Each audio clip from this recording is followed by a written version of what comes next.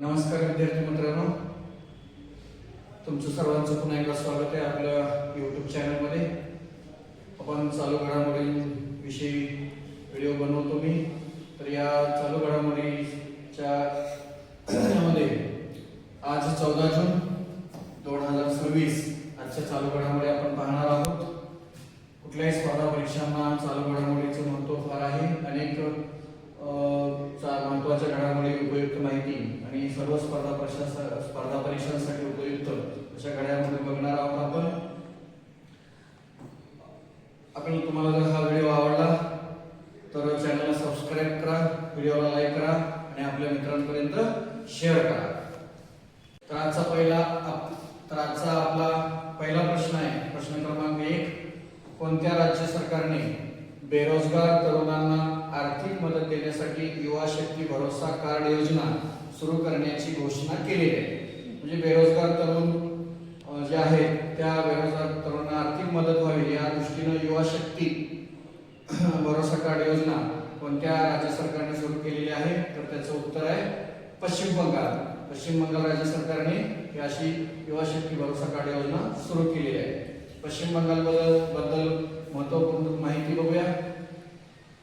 पश्चिम बंगालची स्थापना 26 जानेवारी 1950 ला झाली। मुख्यमंत्री आहे सुवेंदू अधिकारी आणि पश्चिम बंगालचे राज्यपाल आहेत आर.एन. रवी। आणि पश्चिम बंगालमध्ये फार प्रसिद्ध असं एक राष्ट्रीय उद्यान आहे, त्याचं नाव आहे सुंदरबन। आणि सुंदरबन हे जे राष्ट्रीय उद्यान आहे याची महत्त्वपूर्ण माहिती बघूया। सुंदरबन हे जगातील सर्वात मोठे मॅंग्रोव्ह वन आहे।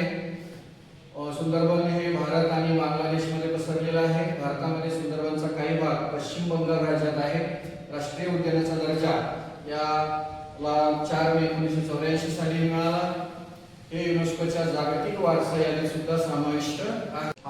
सुंदरबन मध्ये आढळणारा प्रमुख प्राणी रॉयल बंगाल वाघ म्हणजे रॉयल बंगाल टायगर।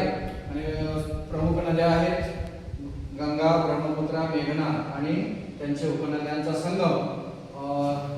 अशी सुंदरबन विषयी महत्त्वपूर्ण माहिती आपल्याला असणं आवश्यक आहे। मित्रांनो, असेच नवीन करंट अफेअरचे व्हिडिओ आपल्यासाठी मी घेऊन येत राहीन, परंतु तुम्ही चॅनलला सबस्क्राईब करा, व्हिडिओला लाईक करा आणि मित्रांपर्यंत शेअर। आजचा आपला प्रश्न क्रमांक 2 बघूया। दरवर्षी जागतिक रक्तदाता दिवस केव्हा साजरा केला जातो? असा आपला आजचा दुसरा प्रश्न आहे आणि या प्रश्नाचं उत्तर आहे 14 जून। हा दिवस जागतिक रक्तदाता दिवस म्हणून साजरा केला जातो। तर जून महिन्यातील काही महत्त्वपूर्ण दिवस याच्याविषयी आपल्याला माहिती असणं आवश्यक आहे, ते आपण थोडक्यात बघूया। 5 जून हा जागतिक पर्यावरण दिन म्हणून साजरा केला जातो। 8 जून जागतिक सागर दिन म्हणून साजरा केला जातो। 12 जून जागतिक बालमजुरी विरोधी दिन म्हणून साजरा केला जातो। 14 जून जागतिक रक्तदाता दिवस। 15 जून जागतिक वयोस्नेह अत्याचार जागरूकता दिन। 17 जून जागतिक वाळवंटीकरण आणि दुष्काळ दिन। 20 जून जागतिक शरणार्थी दिन। 21 जून जागतिक योग दिन। 23 जून आंतरराष्ट्रीय ऑलिम्पिक दिन। 26 जून आंतरराष्ट्रीय अंमली पदार्थ विरोधी दिन आणि 29 जून आंतरराष्ट्रीय उष्णकटिबंधीय दिन म्हणून साजरे असे हे जून महिन्यातील काही महत्त्वपूर्ण दिवस। प्रश्न क्रमांक 3 आजचा तिसरा प्रश्न। भारतातील पहिले AI सक्षम डेटा सेंटर कोणत्या राज्यात उभे केले जाणार आहे? तर असा प्रश्न आहे, तुम्ही प्रश्न लिहून घेऊ शकता। भारतातील पहिले AI सक्षम डेटा सेंटर कोणत्या राज्यात उभे केले जाणार आहे? तर या प्रश्नाचं उत्तर आहे गुजरात राज्यामध्ये उभे केले जाणार आहे। आणि गुजरातमध्ये जामनगर या ठिकाणी हे डेटा सेंटर उभं केलं जाणार आहे। तर गुजरातबद्दल महत्त्वपूर्ण माहिती, गुजरात राज्याचा नकाशा या ठिकाणी बघू शकता। गुजरात राज्याची स्थापना 1 मे 1960 साली झाली। 1 मे हा आपला महाराष्ट्र दिन पण आहे। आणि तुमच्या माहितीसाठी महाराष्ट्र आणि गुजरात या दोन्ही राज्यांचा स्थापना दिवस एकच आहे। तर गुजरात राज्याचे मुख्यमंत्री आहेत भूपेंद्र पटेल आणि राज्यपाल आहेत आचार्य देवव्रत। राजधानी गुजरातची आहे गांधीनगर। सगळ्यात महत्त्वाचं विद्यार्थी मित्रांनो, गुजरातमध्ये एक महत्त्वपूर्ण गीर राष्ट्रीय उद्यान एक महत्त्वपूर्ण उद्यान गुजरातमध्ये आहे, त्याविषयी आपल्याला माहिती असणं आवश्यक आहे. अनेक वेळेला स्पर्धा परीक्षेमध्ये प्रश्न विचारला जातो. तर गीर राष्ट्रीय उद्यानाविषयी आपण थोडीशी माहिती जाणून घेऊया. गीर राष्ट्रीय उद्यान हे गुजरात राज्यातील सौराष्ट्र भागामध्ये आहे. हे आशियाई सिंहाचे एकमेव नैसर्गिक अधिवास आहे. म्हणजे भारतामध्ये जे काही सिंह आढळतात ते नैसर्गिक अधिवास हा सिंहाचा गीर राष्ट्रीय उद्यान आहे. त्यानंतर स्थापना या राष्ट्रीय उद्यानाची झाली 4 एप्रिल 1965 साली. क्षेत्रफळ आहे सुमारे 1412 चौरस किलोमीटर. तर विविध प्रकारचे वन्यजीव सुद्धा आढळतात. हे उद्यान गीर वन्यजीव अभयारण्य म्हणूनही प्रसिद्ध आहे. त्याचबरोबर या उद्यानामध्ये चितळ, सांबर, नीलगाय, बिबट्या तसे 300हून अधिक पक्षी प्रजाती आढळून येतात. मित्रांनो, आजचा आपला प्रश्न क्रमांक 4 आहे. तर प्रश्न क्रमांक 4 आहे, प्रियदर्शनी फ्री ट्रॅव्हल स्कीम कोणत्या राज्याने सुरू केलेली आहे? प्रियदर्शनी फ्री ट्रॅव्हल स्कीम कोणत्या राज्याने सुरू केली आहे? तर या ठिकाणी तुम्ही बघू शकता प्रियदर्शनी फ्री ट्रॅव्हल स्कीम. या प्रश्नाचं उत्तर आहे केरळ. पूर्वी आता याचं नाव बदललं गेलेलं आहे. पूर्वी केरळ म्हणायचो आपण, पण आता केरळचं नामकरण केरळम असं केलं गेलेलं आहे. केरळम या राज्याविषयी काही महत्त्वपूर्ण माहिती. स्थापना 1 नोव्हेंबर 1956. मुख्यमंत्री व्ही.डी. सतीशन, राज्यपाल आहेत राजेंद्र आर्लेकर आणि राजधानी आहे केरळमची तिरुवनंतपुरम. काही केरळ राज्यातील प्रसिद्ध स्थळांची माहिती किंवा स्थळांची नावं. अलपुझा बॅकवॉटर्स, केरळचे बॅकवॉटर्स आणि हाऊस बोटीसाठी जगप्रसिद्ध आहे. मुनार हिरव्या चहाच्या मळ्यासाठी आणि थंड हवामानासाठी प्रसिद्ध असलेले हे स्थळ आहे. त्यानंतर कोची, ऐतिहासिक बंदर, फोर्ट कोडी आणि सांस्कृतिक वारसासाठी कोची प्रसिद्ध आहे. त्याचबरोबर केरळमध्ये कोवलम बीच सुद्धा प्रसिद्ध आहे. सुंदर समुद्रकिनारा आहे आणि पर्यटनासाठी लोकप्रिय असं ठिकाण हे केरळ राज्यामध्ये येतं.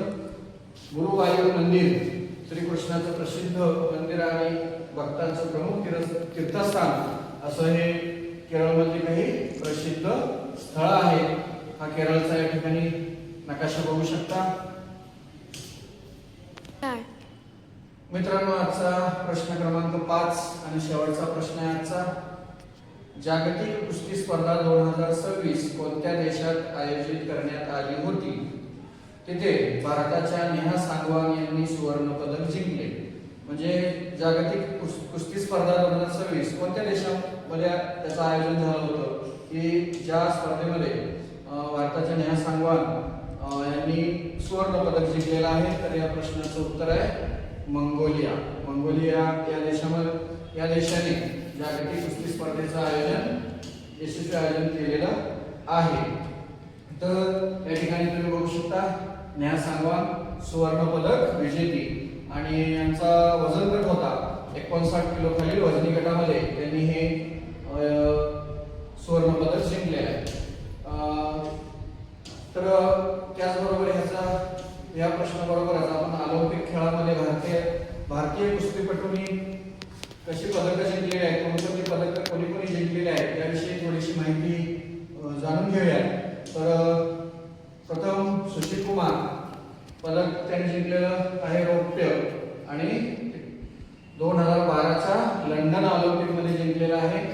आणि त्यांचा वजन गट फ्रीस्टाईल कुस्ती प्रकार आणि वजन गट आहे 66 किलोग्रॅम. विशेष म्हणजे स्वातंत्र्यानंतर भारताला कुस्तीमधलं पहिलं ऑलिम्पिक पदक मिळवून दिलेलं आहे ते म्हणजेच सुशील कुमार यांनी. त्यानंतर दुसरी पदक विजेती खेळाडू आहे साक्षी मलिक आणि पदक जिंकलेलं होतं काश्य आणि ते 2016च्या रिओ ऑलिम्पिक मध्ये जिंकलेलं आहे. आणि महिला फ्रीस्टाईल प्रकारामध्ये 58 किलोग्रॅम वजनी गटामध्ये त्यांनी ते जिंकलेलं आहे. विशेष म्हणजे जे साक्षी मलिक यांनी जे पदक जिंकलेलं आहे ते बघा, भारतीय महिला कुस्तीमध्ये ऑलिम्पिक पदक जिंकणारी पहिली महिला हे साक्षी मलिक ठरलेले आहेत. त्यानंतर बजरंग पुनिया यांनी सुद्धा ऑलिम्पिक मध्ये पदक जिंकलेलं आहे. आणि पदक काश्य जिंकलं. 2020च्या टोकियो ऑलिम्पिकमध्ये हे पदक जिंकलेलं आहे आणि त्याचं 65 किलोग्राम वजनी गटामध्ये फ्रीस्टाईलमध्ये हे पदक जिंकलेले आहे.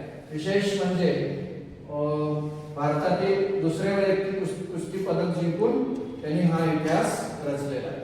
त्यानंतर विनेश फोगाट ह्या सुद्धा रौप्य पदक जिंकण्याच्या फार जवळ होत्या. अंतिम सामन्यामध्ये त्यांना अपात्र ठरवलं गेलं 2024च्या पॅरिस ऑलिम्पिकमध्ये.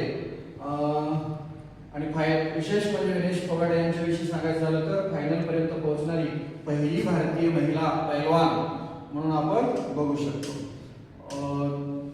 ही फार महत्त्वाची माहिती आहे. तर विद्यार्थी मित्रांनो, आजचे 5 प्रश्न या ठिकाणी आपले संपलेले आहेत. असेच चालू घडामोडीवरचे नवीन व्हिडिओ तुमच्यापर्यंत येण्यासाठी आपल्या चॅनलला सबस्क्राईब करा, व्हिडिओला लाईक करत चला आणि आपल्या मित्रांपर्यंत शेअर करा. खूप खूप धन्यवाद.